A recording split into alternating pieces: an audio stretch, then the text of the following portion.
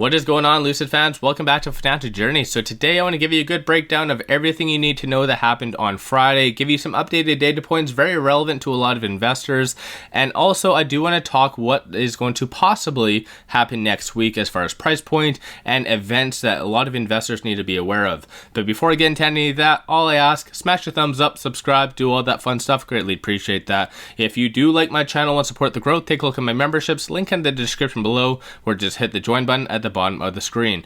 With that said, let's get right to it. So just starting off, you can see the ticker from Friday. It did close 2.91% down, 15.1 million as far as overall volume, so definitely another lower volume day. 51 is the average, and that is the 6-month average, and 1.5 million shares being purchased by institutions just today alone. So even in that regard, it was a little bit lower. And looking at the intraday chart, we had a massive sell-off, a nice rebound, but then we started to taper off with the broader market. There was a lot of growth stocks getting completely hammered. There still is a lot of fear in the market, and you can see this is the largest EVs based on market cap. So you can see the big ones, Tesla, Lucid, Rivian, all very much down. Everything for the most part, with the exception of, for instance, like Mullen, which was up 5.46%, going through a little bit more of a short squeeze, but everything else is red. So that's basically a good summarization from Friday, and I just want to go over some short information. So as of right now, short interest is 20.11, up roughly about 3% from 1 week prior. Utilization is 100%, pretty stagnant at the end of the day, which works out to be 242,000 shares that were returned. And I find the short activity very interesting because cost to borrow is now 6.2, which has gone down considerably. It did have a high recently of around 47 to 50, give or take.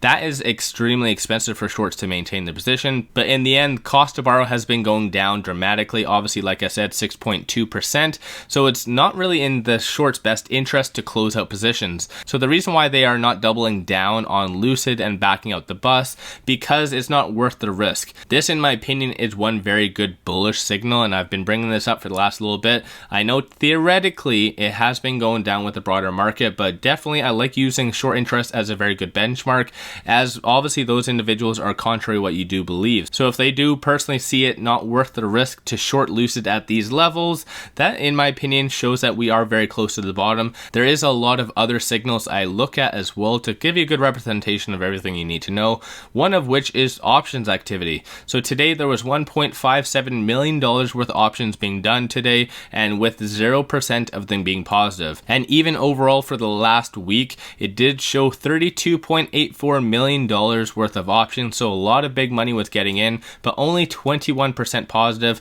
And I have been saying this over the last several Lucid videos. Like I've been saying, block volumes, which was 1.5 million shares being purchased by institutions just today alone, that is definitely a lot lower than what we're used to. So I have been hypothetically saying, instead of institutions buying Lucid recently, they have been buying puts. So this is why we do get the low percentage as far as overall positives. So at the end of the day, it is what it is. We can't really change that. When it comes down to it though, Lucid is a very long-term investment, and I've always said a very spec and innovative play is very volatile. So definitely anticipate a lot more volatility in the future. But overall, that's a pretty good representation, everything you need to know when it comes down to Lucid. Now talking more so for next week. So I'm just going to talk on as far as economic events. There is some big things that you definitely need to watch for. One of which is occurring technically on Tuesday. So there is the CPI. So that is a very good indication of inflation. Everyone's favorite word of 2022, inflation, interest rate hikes, blah, blah, blah. We all know that. So that is a very highly anticipated, and a lot of volatility is going to lead up to that. So when it comes down to next week, I'm going to break it down when I do a little bit more technical analysis. So CPI data is coming out on Tuesday. There is also retail sales numbers coming out on Thursday, April the 14th. So that you can see right here, that ultimately is going to be a very big catalyst and will dictate whether the market goes up, down, sideways, whatever it is, because the market does always really like and appreciate when consumers show and represent that they have a lot more money. So that's one good takeaway. So definitely on Tuesday and Thursday are going to be very important days for next week. So overall, in addition to that, there's also going to be a lot more 13Fs that are coming down the pipeline. I've been saying this is in reality going to be a very good catalyst. So there was some that did come out today and yesterday and so forth. So right now we are transitioning from ETF season to now 13Fs, more so institutions and hedge funds. So you're going to see a lot more big names disclosing their positions back in Lucid, whether they added, subtracted, whatever it is. As of right now, the institutions that have disclosed, there is a lot of institutions that have been adding. So you can see 2,785% up, and then also 33% up, 200% up, 6% up. Then there was some that did close out their positions and did minimize it. So Pacer Advisors and also McAdam did close roughly about 13%, but they have very minimal shares. I'm sure a lot of you technically have a lot more shares than they do in general, but I do strongly feel that a lot of people are going to be paying attention to these 13Fs, and especially more and more as they come out. So I do strongly feel that this is going to be a ongoing catalyst, and in reality, especially when PIF does show, most likely that they did add to their position, especially considering as well the previous quarter in Q1 of 2022, Lucid was so cheap. I'm sure a lot of these institutions, even though they hypothetically were losing a little bit more money, more than expected with Russia and all of that, they do take advantage of discounts, and there was a significant discount with Lucid. So just keep that in mind. But also when it comes down to next week, I do strongly feel there is going to be a lot more importance on as far as delivery numbers and production when it comes down to that. I do strongly feel they are going in the right direction, still not to where they actually should be to get to that 12 to 14,000 by the end of the year. As of right now, given the circumstances, I do strongly feel we are somewhere in the range of 25 to 30 per day. So still definitely not in where we should be. And there was one tweet I do want to show you that I found very interesting, to say the least. So again, this is a little bit more of a theory, not 100% accurate, but it does show hypothetically if all these vehicles here are there for it being ready for delivery, this right here is waiting for parts, and then the red up here is for test vehicles.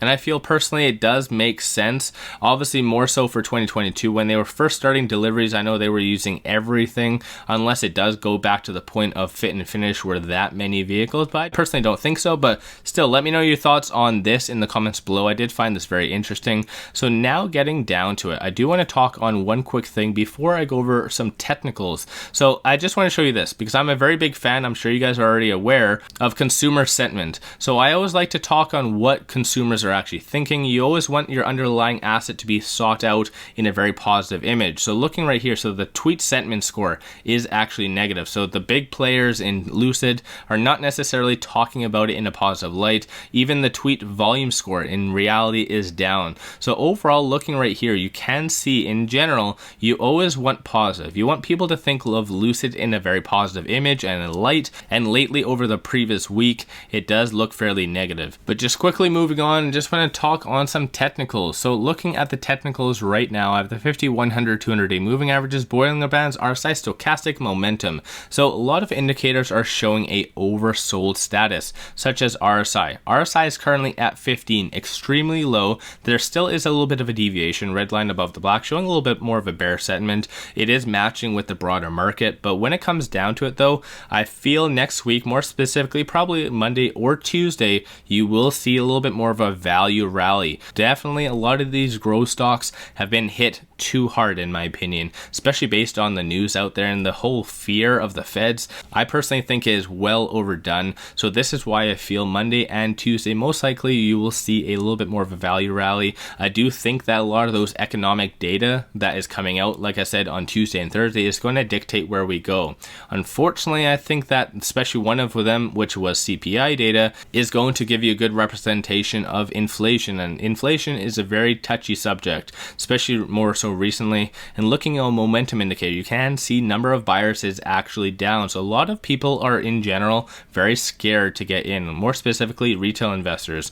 RSI is currently at 37, so it is getting fairly low as well. And looking on the actual chart, we have successfully and stayed in the lower percentile of the Bollinger Band, which in reality is a little bit more of a bear sentiment. So like I said, more so next week I'd see us having a little bit more of a rally, but I don't think that is going to hold. I think that we're most likely going to trend down a little bit more. So I just want to show you this right now, some of the Fibonacci points. I've been saying for the last several videos, watch 2175. If we do break below that and actually close below that, which we did close at 2167, most likely we are going to trend down. So we will trade between the S2 and the S1 most likely next week. But like I said, I see us having a nice little rally. I don't know if necessarily it'll be enough to get us over that 2468 or even higher than that. But when it comes down to it though, there will be a lot of new capital getting in, a lot of big value investors most likely as well, and probably a little bit more institutions getting in. But just going back to what I said as well, I strongly feel the institutions have been doing a lot of puts on Lucid, so I don't see them changing the name in the game as of right now. Especially the consensus right now about the broader market is that there is going to be a recession. More and more institutions are shouting recession, recession, blah blah blah, which I don't strongly feel that is going to happen. Let me know in the comments below what you think about that. But like I said, Monday and Tuesday are going to be most likely a green day. That's in my own personal opinion. Keep in mind though, I am not a financial advisor, so do your own due diligence at the end of the day. But with all that, let me know your thoughts on Lucid in the comments below. If you haven't already, smash your thumbs up, subscribe, do all that fun stuff. Greatly appreciate that. If you do like my channel and support the growth, take a look at my memberships, link in the description below, or just hit the join button at the bottom of the screen. And also don't forget to click on the link below for Interactive Brokers, and also I'll put that in the comments below. It's a very good broker. Definitely take a look at that, especially with a lot of good charting and everything like that. But with that, I appreciate you guys watching, and let's all make a lot of money on Lucid.